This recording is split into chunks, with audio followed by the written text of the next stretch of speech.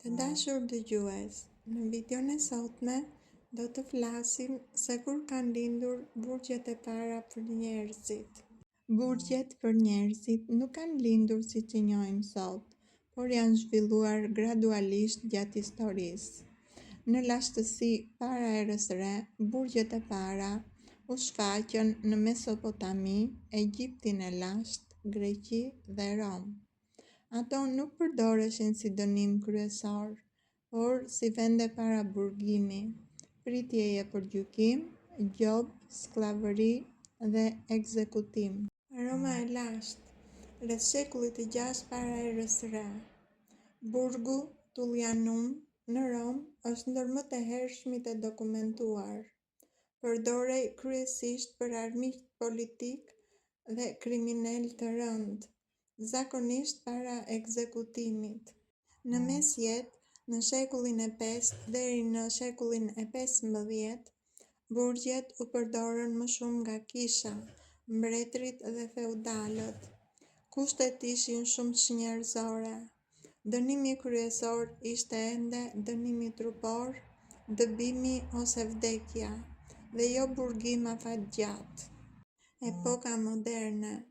Nga shekulli 17 deri në shekullin e 18, lindi burgu modern. Në Angli dhe Holand u shfaqën burgje për riformim moral dhe punë të detyruar. Nga shekulli 18 deri në shekullin e 19, burgu bëhet dënimi kryesor penal. Filozofë si Cesare Beccaria dhe Jeremy Bentham ndikuan në idenë e drejtësisë humane. Burgjet moderne, pas shekullit të 19 e në vazhdim. Këto burgje vendosën ndarjen sipas krimeve, rehabilitimin dhe të drejtat e të burgosurve. Pra, si përfundim mund të themi se në lashtësi ekzistonte paraburgimi, në mesjet ndëshkimi dhe izolimi. Në shekullin e 18, burgu ishte si dënim kryesor dhe sot është dënim dhe rehabilitim. Burgjet më të vjetra në botë që njihen nga historia, disa prej të cilave ekzistojnë ende sot janë Tullianum në Rom, rreth shekullit të 6 para erës re. Ky konsiderohet burgu më i vjetër i dokumentuar në botë. Përdorej për armiq të shtetit dhe tradhtar, zakonisht para ekzekutimit. Sot është monument historik. Burgu i Atinës së lashtë, Greqi, në shekullin e 5 para erës re. Në këtë burg u mbajt dhe u ekzekutua Sokrati në vitin 399 para erës re. Ky burg përdorej kryesisht për paraburgim. Nuk ekziston më si strukturë plot, por është i dokumentuar historikisht. Burgjet e Egjiptit të lashtë, rreth viteve 1500 deri 2000 para erës re. Këto burgje përdoreshin për skllëvë rebel, borxhlinj dhe kundërshtar politik. Nuk ishin burgje në kuptimin modern, por vende ndëshkimi dhe izolimi. Tower of London, Angli, ndërtuar në vitin 1078, është burg nga shekulli i 12. Është një nga burgjet më të famshme mesjetare, i cili mbajti mbretër, mbretëresha dhe fisnik tradhtar, dhe funksionoi si burg për mbi 600 vjet. Conciergerie e Paris, në shekullin e 14. Ky është burgu më i famshëm i revolucionit francez. Në këtë burg u mbajt Marie Antoinette para ekzekutimit.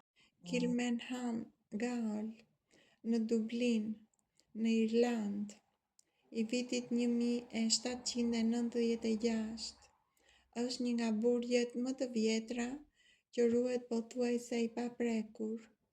Sot është një muze kombëtar.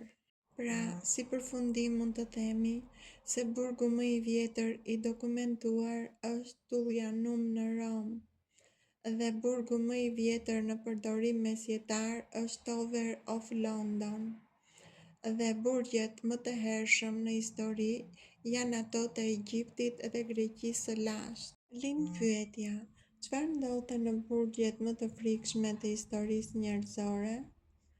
Burgjet më të frikshme në historinë e njerëzimit janë të njohura për tortura, kushte njerëzore dhe vdekje masive. Një prej këtyre burgjeve është Auschwitz, Poloni, i vitit 1940 deri në vitin 1945. Ky nuk ishte thjesht burg, por një kamp shfarosjeje nazist. Kishte mbi 1.1 milion viktima. Ekzistonte uri, eksperimente mjekësore dhe dhoma gazi. Ky burg ishte simbol i tmerrit absolut njerëzor. Tower of London, Angli, i shekullit të 12 deri në shekullin e 17. Në këtë burg ekzistonin tortura mesjetare brutale, të burgosur politik, mbretër dhe mbretëresha. Kishte ekzekutime publike, kulla të errta dhe izolim total. Tullianum, Rom, 600 vjet para erës re. Në këtë burg ekzistonin qeli nën tokë, pa dritë dhe pa ajër të mjaftueshëm. Të burgosurit vdisnin nga uria dhe dënimi pothuajse gjithmonë përfundonte me vdekje. Siberian Gulag në Bashkimin Sovjetik, i vitit 1918 deri në vitin 1956. Në këtë burg ekzistonin miliona të burgosur politik.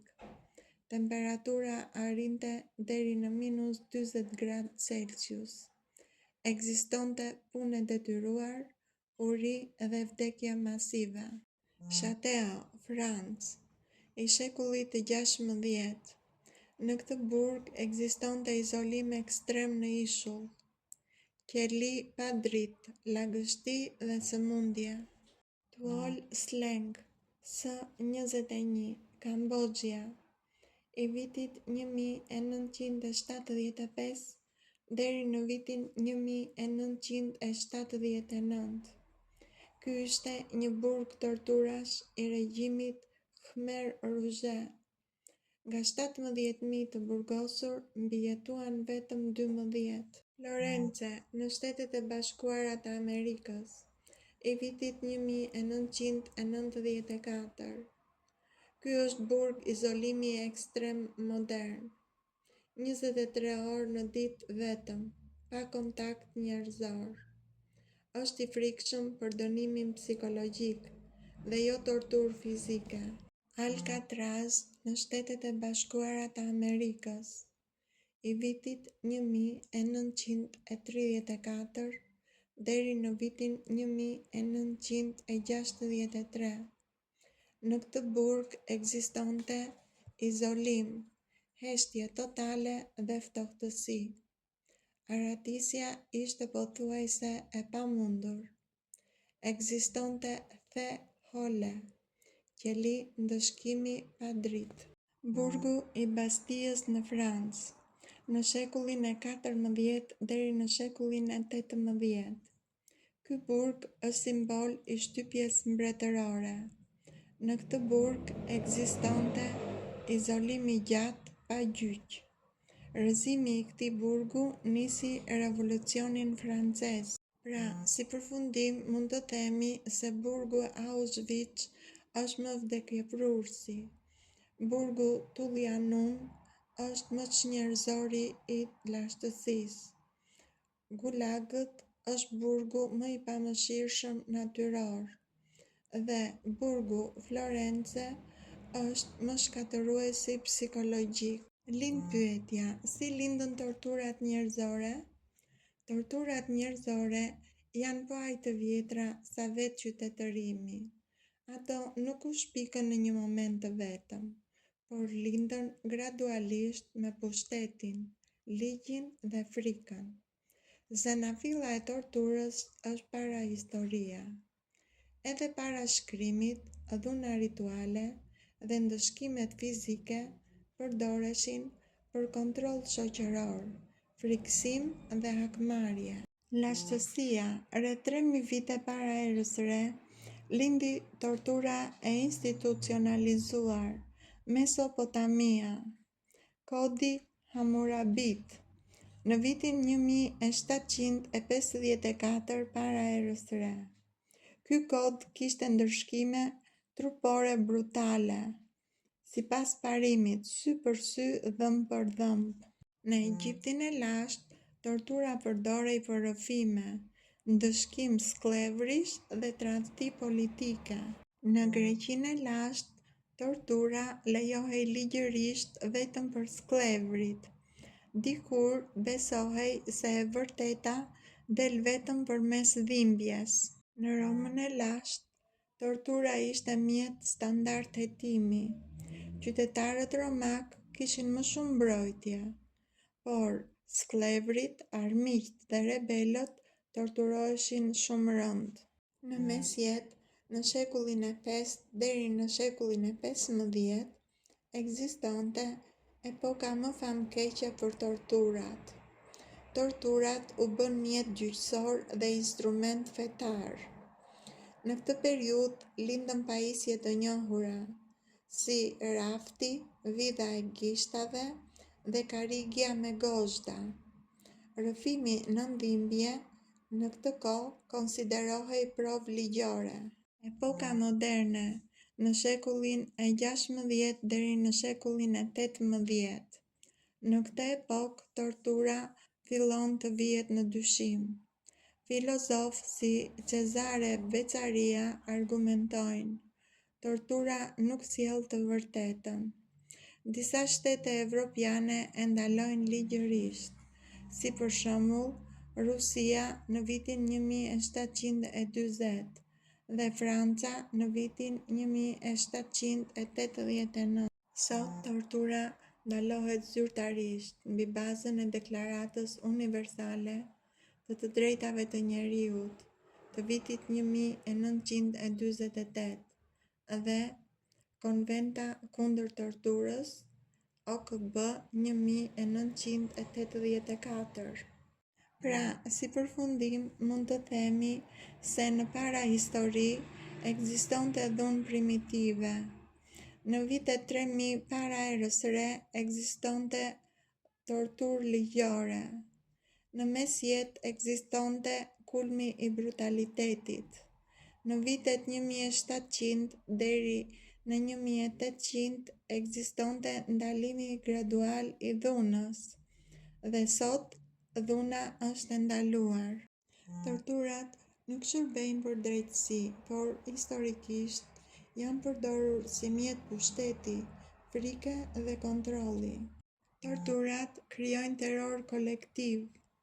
Ato përdoren gjerësisht nga diktaturat dhe pushtuesit. Një nga torturat është edhe thyerja psikologjike, e cila synon të shkatërrojë identitetin, prish vullnetin dhe viktima mbetet e gjallë por e thyer mendërisht. Pra, si përfundim mund të themi: logjik, jo dhunë; pyetje të hapura; fakte, jo presion; kohë, jo frikë; e vërteta zbulohet duke dëgjuar mirë, jo duke kërcënuar.